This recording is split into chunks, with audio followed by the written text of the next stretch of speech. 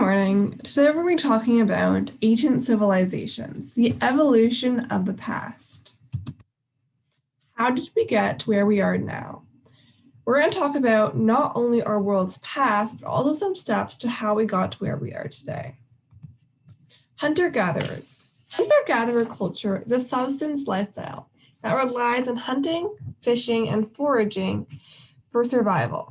Up until about 12,000 years ago, all humans practiced a hunter-gathering lifestyle. Because hunter-gatherers do not rely on agriculture, they use mobility as a survival strategy. This lifestyle required access to large areas of land, which made establishing long-term settlements impractical. So most hunter-gatherers were nomadic and roamed in bands of no more than about 100 people that were mostly extended family.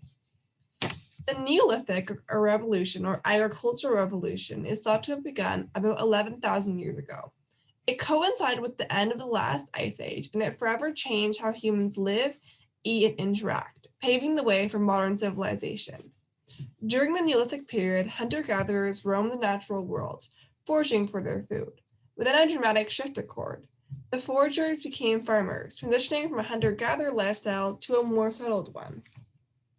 Farming is thought to have happened first in the fertile center of the Middle East, where multiple people developed the practice independently. Thus, the so-called agricultural revolution was likely a series of revolutions that occurred at different times in different places. Through the agricultural revolution, people stopped just harvesting wild plants and turned into farmers. Tools changed. People started planting seeds and irrigating water. And most importantly, domesticated grain was formed and life became more labor intensive.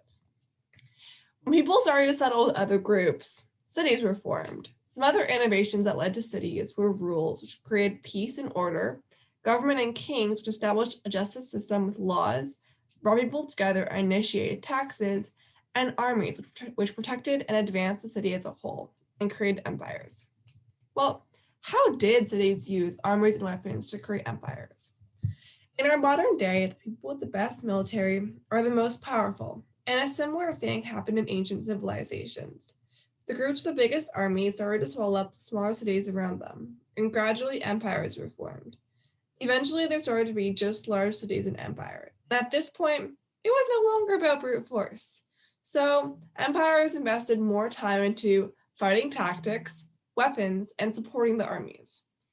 Empires that had the best military, such as ancient Egypt and Rome, conquered the land for miles around them and almost took over the modern world of their time.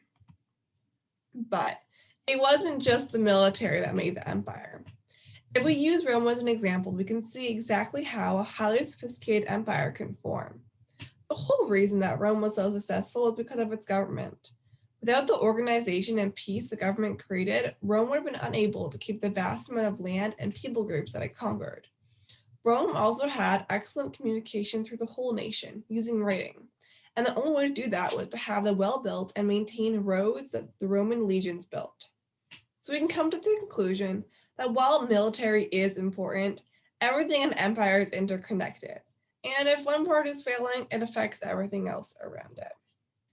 And now we gotta wonder, through all those changes throughout civilizations, have humans actually changed? People generally think that we are better or smarter than people before us, and as a whole, this is just incorrect. Ancient people had the same problems as we do now. And for example, ancient Rome spent a considerable amount of money and lives to spread their borders, and for no particular reason. This shows how we are still just as hungry for power and just as greedy as they were. Rome also fell because the government was too busy arguing over who would be in control to protect its own land and people. Thus, ancient people are just as self-centered as we are now. And hopefully, if the negative things are still the same, the positive things would be too.